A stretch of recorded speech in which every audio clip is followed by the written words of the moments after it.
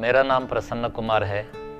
मैं आंध्र प्रदेश का रहने वाला हूँ। जवानी में हुई एक घटना, वो 1990-2001 बीच की घटना है।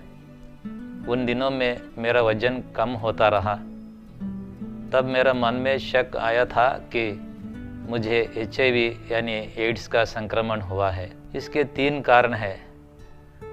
मर जाऊंगा, मेरी पत्नी भी मर जाएगी और मेरी 2 बेटियां भी मर जाएंगी। मुझे लगा कि यदि इस बात समाज में पता चलेगी तो बहुत अपमान होगा।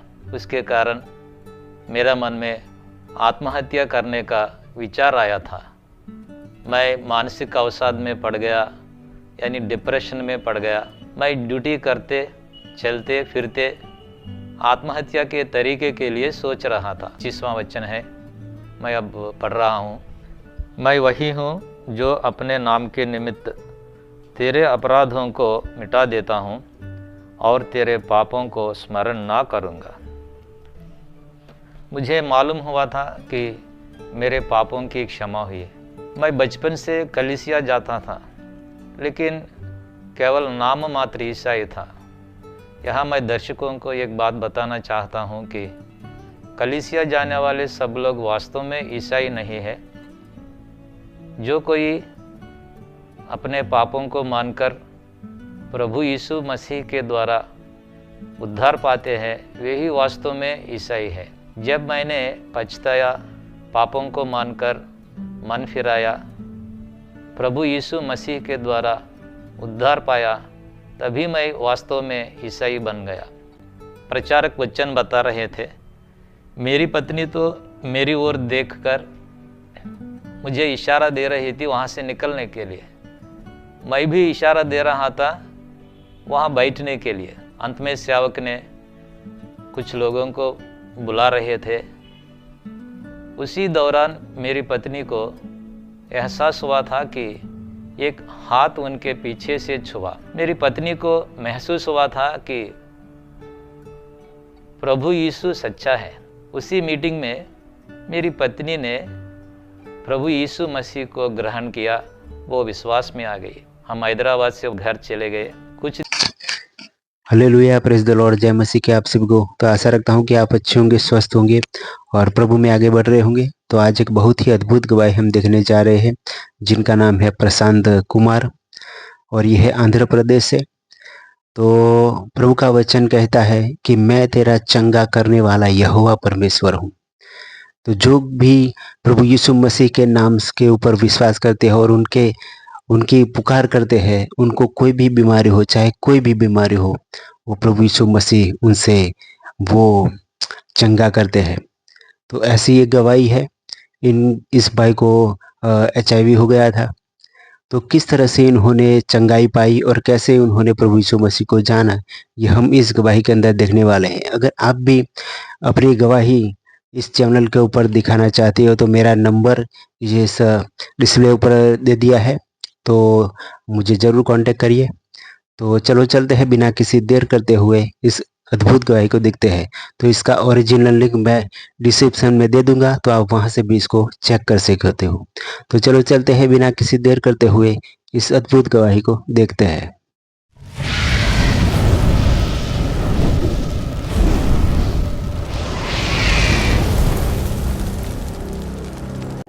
मैं वही भेड़ हूँ जिसे परमेश्वर ने अपनी करुणा से बचा लिया। आप मेरी गवाही सुनते ही जानेंगे कि परमेश्वर प्रेम है। आप सभी को नमस्कार। परमेश्वर के महत्वपूर्ण नाम में शुभकामनाएं। मैं अपनी गवाही शेयर करने के पहले आपको एक निवेदन करता हूं कि मुझे हिंदी स्पष्ट रूप से बात करना नहीं आता। यदि बताने में कोई गलतियां हो जाए तो मुझे माफ़ करना। गवाही समझने की कोशिश कीजिए। मेरा नाम प्रसन्न कुमार है। मैं आंध्र प्रदेश का रहने वाला हूं। मैं AP इलेक्ट्रिसिटी डिपार्टमेंट में एडिशनल असिस्टेंट इंजीनियर का काम कर चुका। 2014 नवंबर में वॉलंटरी रिटायरमेंट लेकर प्रभु की सेवा करने के लिए नौकरी से निकल गया। मेरी जवानी में हुई एक घटना, वो 1990-2001 बीच की घटना है। उन दिनों में मेरा वज़न कम होता रहा।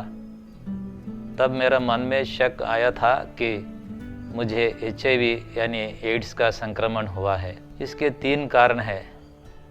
उन दिनों में शेविंग करने के समय ब्लेड नहीं बदलते थे।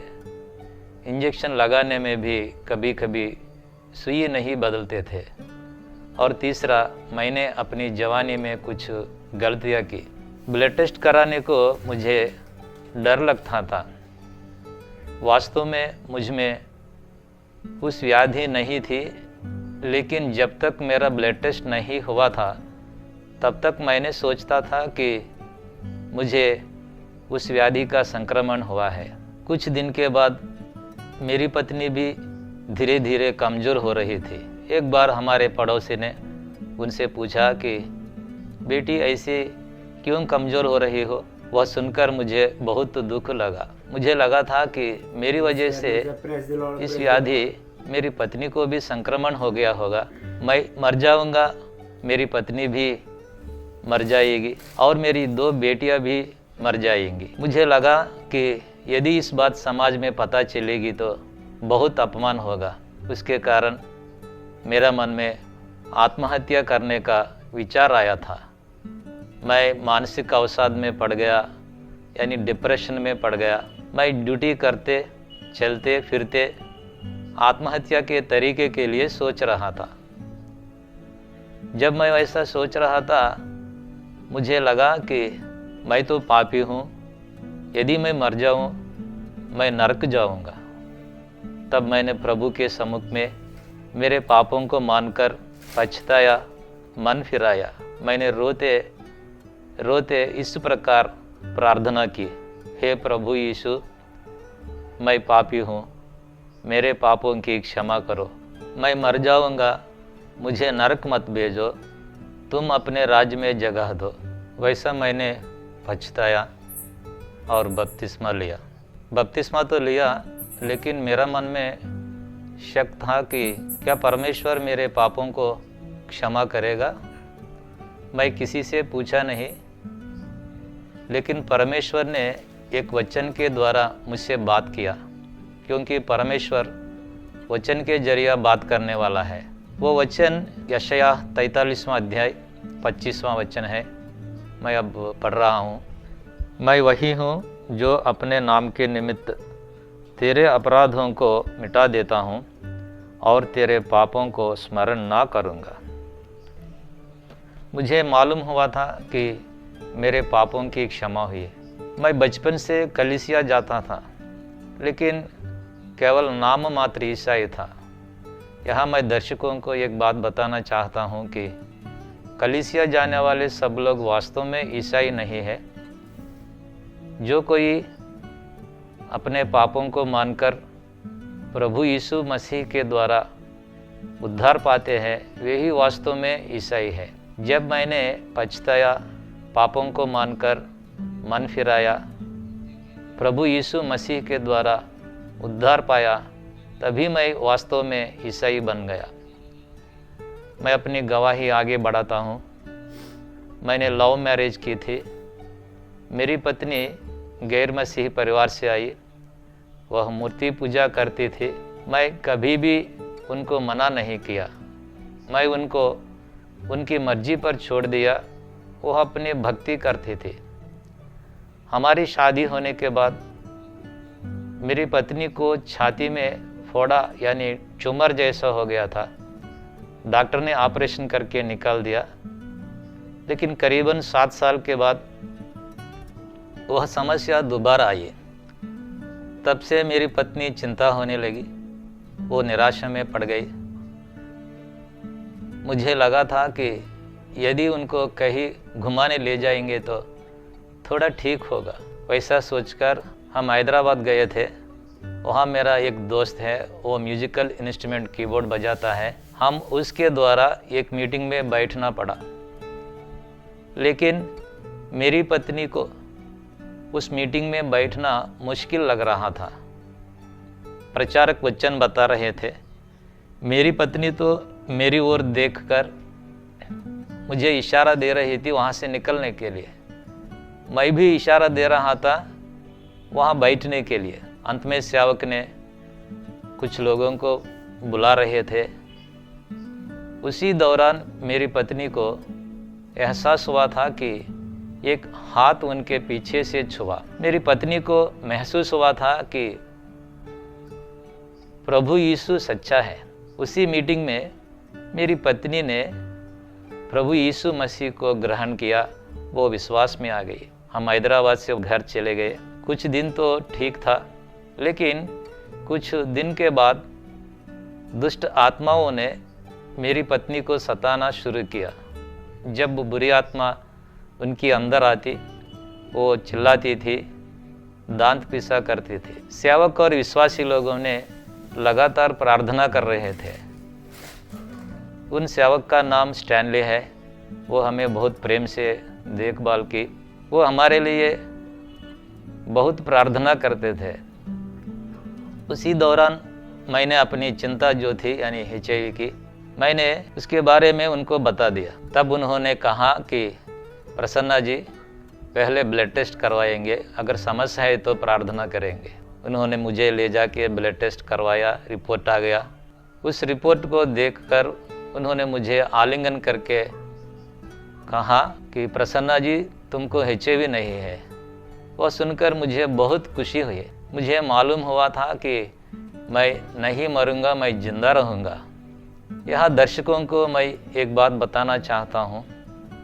मैंने शुरू में बताया ना, वास्तव में मुझ में उस व्याधि नहीं थी, लेकिन मैं तो मानसिक अवसाद में, जैसा शुरू में बताया ना, वैसा मैं सोच रहा था।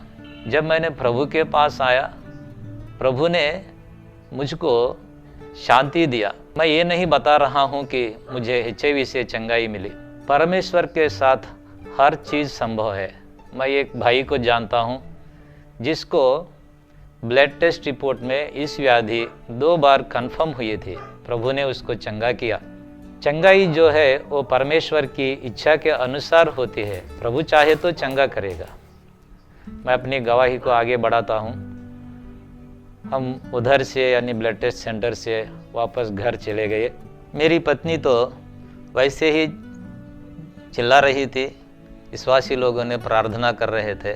परमेश्वर ने सेवक और विश्वासी लोगों की प्रार्थना सुनकर मेरी पत्नी को चंगा किया, दुष्ट आत्माओं से छुटकारा दिया। वो ठीक हो गई, घर का काम करने लगी। लेकिन जो दुष्ट आत्माओं ने मेरी पत्नी को सताए, उनको छोड़ने के बाद मुझ पर आना शुरू किया। एक दिन मैं घर में बैठा था।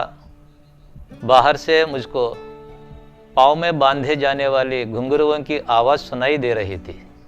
मुझे लगा था कि हो सकता है कोई महिला आ रही है, लेकिन उस आवाज़ घर के पीछे जाकर पीछे से सुनाई दे रही थी। जब मैं पीछे देखने गया, उस समय दीवार के बाजू में चलती हुई घुंघरुओं की आवाज़ सुनाई दे रही थी।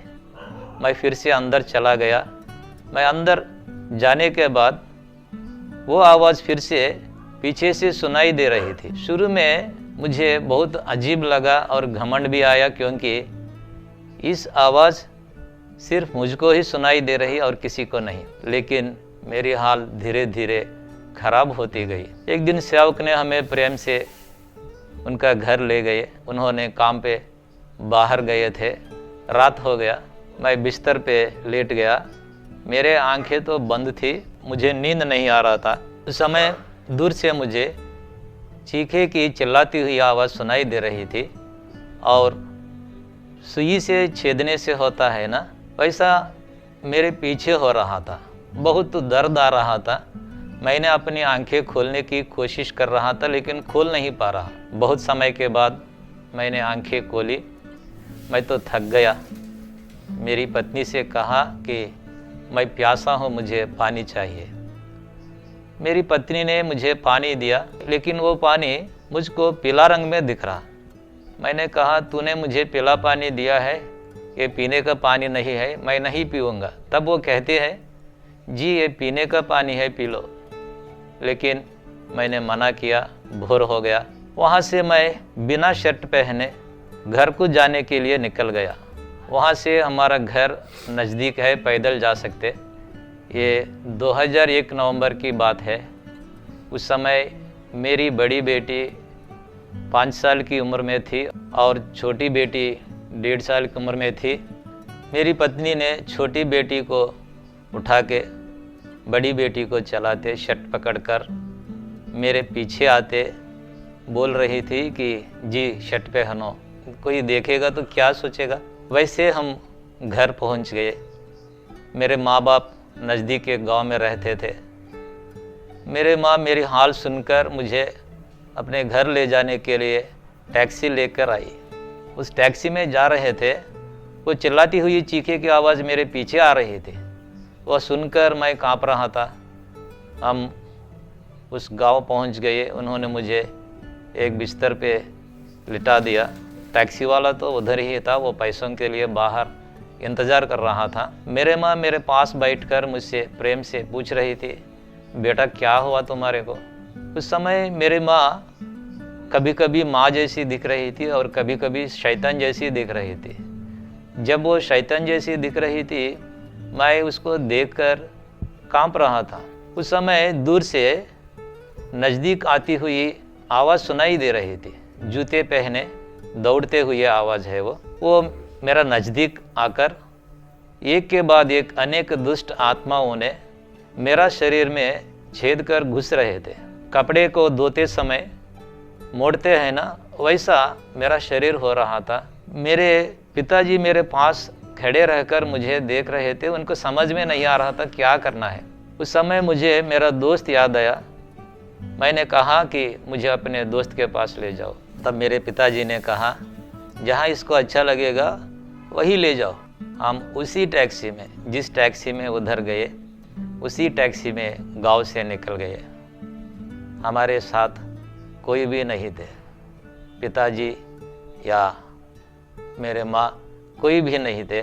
मेरी बेटियाँ तो मुझे देखकर डैडी डैडी बोलकर रो रही थी। वो आवाज़, चीखे की आवाज़ मेरे पीछे आ रहा था। वो खतरनाक आवाज़ सुनकर मैं कांप रहा था। वो 20 किलोमीटर का रास्ता है। हम उस गांव पहुंच गए। वो छोटा टाउन है, उसका नाम है निडदवोल, आंध्र प्रदेश में, वेस्ट गोदावरी डिस्ट्रिक्ट में वो एक छोटा टाउन है। हम उधर पहुंच गए। उसी टाउन में मेरी दीदी भी रहती है। हम उधर गए। हम अपने दोस्त के पास नहीं गए। मेरे जीजा जी भी सेवक है, इसलिए उन्होंने कुछ विश्वासी लोगों को बुला के मेरे लिए प्रार्थना करवाया, लेकिन कुछ भी निष्कर्ष नहीं था। रात हो गई। मैं तो एक कमरे में रखा गया। मेरी 2 बेटियां मुझे देखकर डैडी डैडी बोलकर रोकर वो सो गई। मेरी पत्नी मेरे पास बैठकर मुझे यह बता रहे थे। उस समय दूर से मुझे नज़दीक आती हुई ढोल की आवाज़ सुनाई दे रही थी। जैसा त्योहार में बजाता है ना, बहुत सारे लोग बजाने से होता है ना, वैसा सुनाई दे रही थी। उस आवाज़ नज़दीक आकर जिस कमरे में मैं था, उस घर के बाहर से सुनाई दे रही थी। उस आवाज़ के साथ घुंघरुओं की आवाज़ भी सुनाई दे रही थी। वास्तव में वहाँ कोई भी नहीं थे। ये सपना भी नहीं, मैं तो होश में ही था। वो सिर्फ मुझको ही सुनाई दे रही थी और किसी को नहीं। वो ढोल की आवाज़ और घुंघरुओं की आवाज़ के बीच में से एक औरत की आवाज़ मुझे धमकी देते बोल रही थी कि अरे मैं महान शक्ति हूँ, मैं तुझे गली गली घुमाऊंगी। वैसा मुझे धमकी देते अचानक मार रही थी। जैसा घुसा मारने से होता है ना, वैसा मुझे मार लग रहा था। मार लगने से मैं कंपित होकर हे प्रभु यीशु बोलकर मैं प्रार्थना कर रहा था। उसी दौरान ऊपर से पुरुष की और एक आवाज़ मुझसे कह रही थी कि मेरे पुत्र, मैं तुझे ले जा रहा हूँ। मुझे लगा था कि शायद परमेश्वर मुझसे बात कर रहा है, मैं तो मर जा रहा हूँ ना। मेरी मौत होने के पहले परमेश्वर ने मुझसे बात कर रहा है। वैसा सोचकर मैंने फिर से प्रार्थना कर रहा था, हे प्रभु मैं पापी हूँ, मेरे पापों की क्षमा करो। तब वो आवाज़ कहती है कि छी, मैं क्षमा ना करूँगी। वो सुनकर मुझे बहुत शर्म लगी। मुझे लगा था कि परमेश्वर ने मुझे मना किया, लेकिन बाद में पता चला कि वो परमेश्वर नहीं है, वो शैतान है। क्योंकि परमेश्वर प्रेम है। जो कोई परमेश्वर के पास आकर अपने पापों को मानकर मन फिरते हैं, उनको परमेश्वर उद्धार करेगा। परमेश्वर प्रेम है।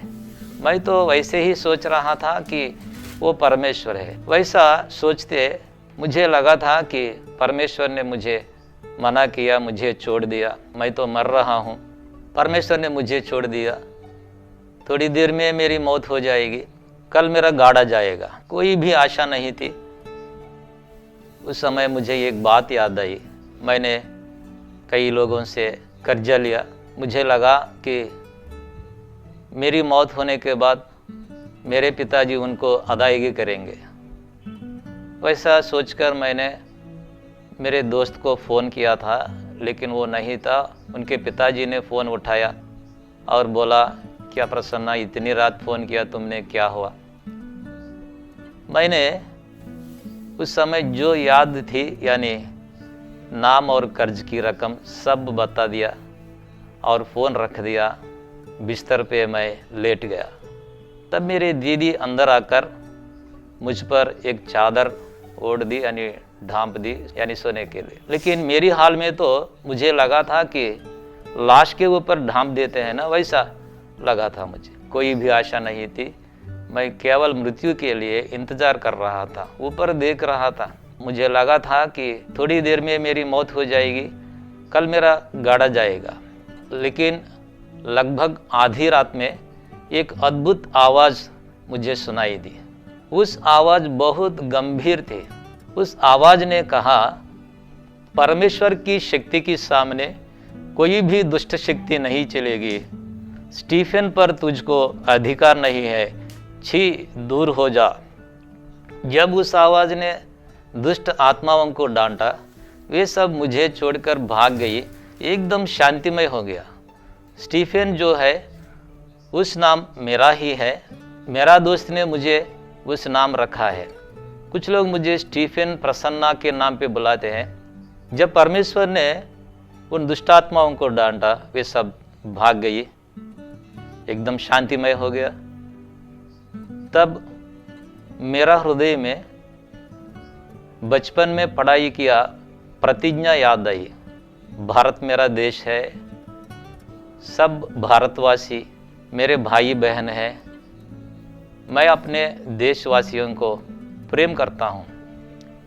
मेरा मन में आशा पैदा हुई कि मुझे परमेश्वर के प्रेम के बारे में प्रकट करना है। मेरे देशवासियों को प्रभु यीशु मसीह का प्यार प्रकट करना है।